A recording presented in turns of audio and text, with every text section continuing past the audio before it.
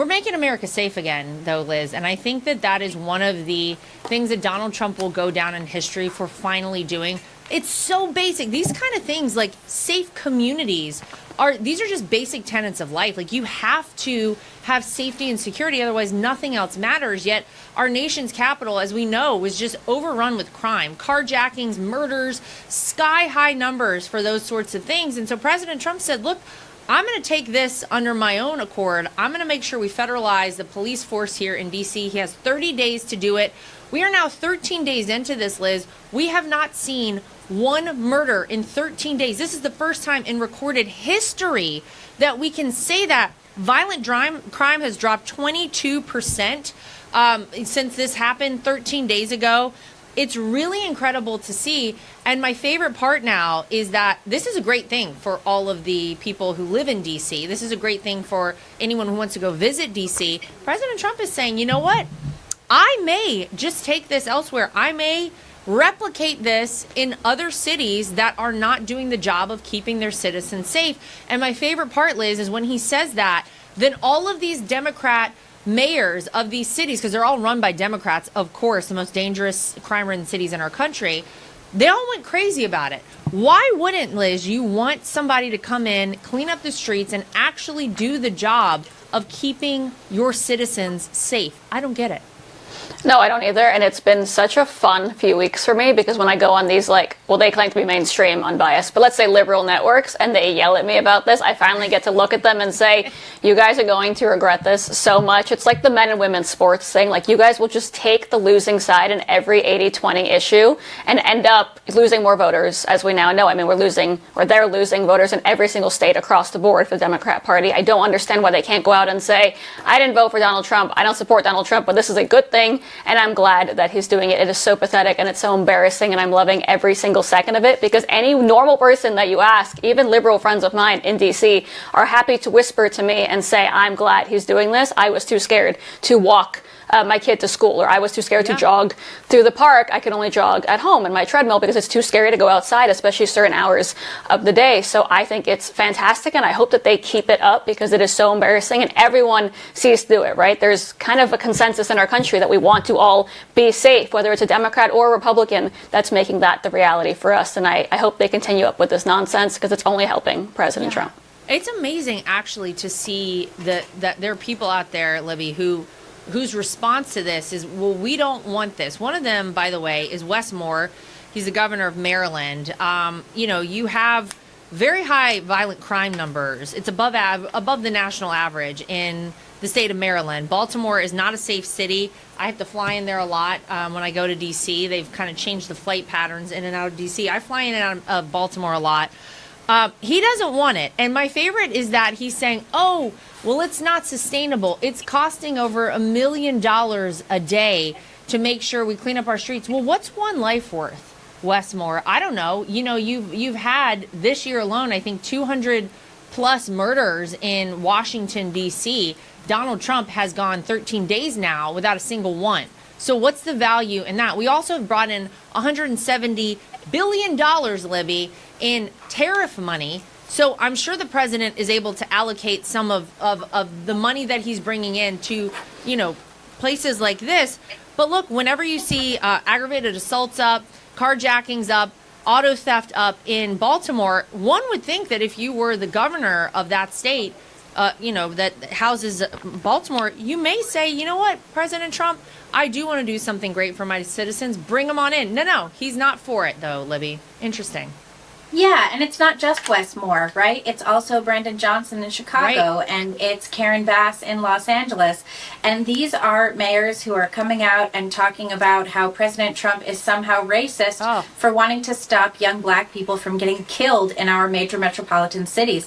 And that's what this is really about. You even had Jasmine Crockett talking to Gavin Newsom about how racist it is that the Trump administration is going after black-led cities. And it makes absolutely no no sense, because these are the people who were out there just a couple of years ago screaming to make sure that we all knew that Black Lives Matter. And we were all going, yeah, of course, Black Lives Matter. We know that for sure. And now that you have Trump in the White House, he's saying, yes, Black Lives Matter for sure. The young people of Washington, D.C., their lives matter. Let's stop them from getting killed. Let's go out there and put in curfews so that people can't hurt each other. And that's what's going on. We are, this administration is saving the lives of young Black people in Washington, D.C. And you have outlets like The Intercept and others complaining about the cost. What cost could you possibly put on the life of a young American person, right? There is, 5 million, 20 million? I don't think we could get a number high enough to match the value of a young American life. And that's what we have going on. We're saving lives in Washington, D.C. Washington, D.C., the largest population group is of Black people in Washington.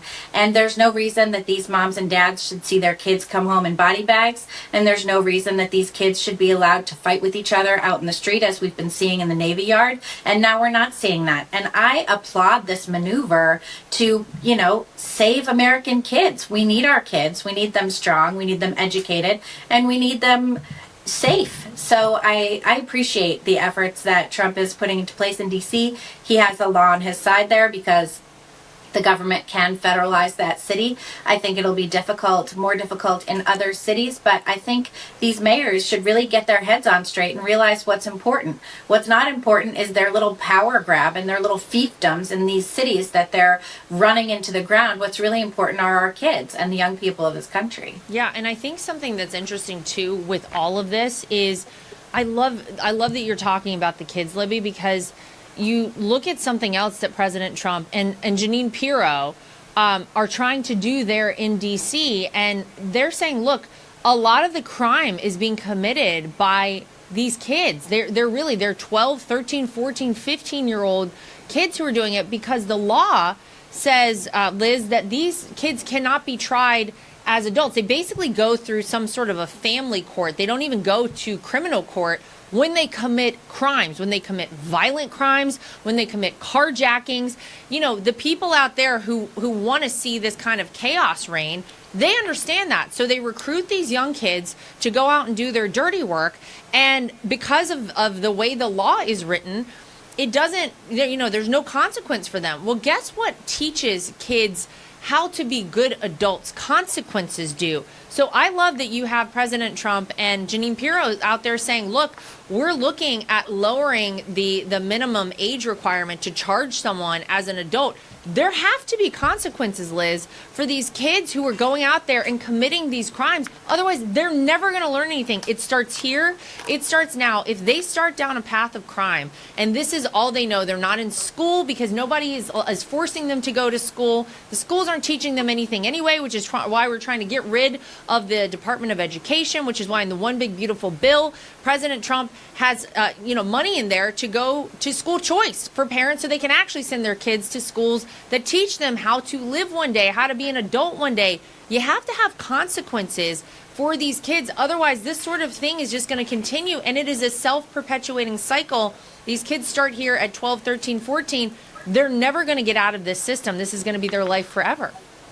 Right, and when you look at the ages, I mean, you said it there, they're, like you said, 12, 13, 14. It's actually not just a problem of crime, of, law and order. It's a problem of, a really deep systemic issue where we're literally allowing, if not encouraging, young people to take on these paths, knowing that they're not going to be, dealt any real consequences that would actually scare them off of those horrible decisions. And it's really sad, and I think it's almost sadder, the fact that if Joe Biden had said, we're going to look into this and looking into changing that age that we can actually prosecute these kids that are committing these crimes, he would be celebrated, right? He'd be applauded because they would say, what a smart idea. Not only will you start kind of limiting some of these crimes and bringing back law and order, but you're going to help put these kids on the right path and change the trajectory of so many young people in D.C. And when Donald Trump does it, it's the polar opposite response. Again, any single person asked about this, if you throw out the words Republican or Democrat, they would all be on the same side. Every normal, moral, common sense human being in this country would be on the exact same side. Nobody wants to see this. We don't care if it's in a blue state state or a red state, we don't want to see this happening on the streets, and we don't want to see it happening to the next generation. So the fact is, this should be celebrated. And again, when we look back in a couple of weeks, it's going to be, and Democrats will again regret the side that they took in another basic common sense issue. It's amazing to see them just continue to melt down and go down. Like, when I think they've kind of gotten to rock bottom, I guess they haven't. They just keep doubling down on crazy stuff and ideas that no one agrees with.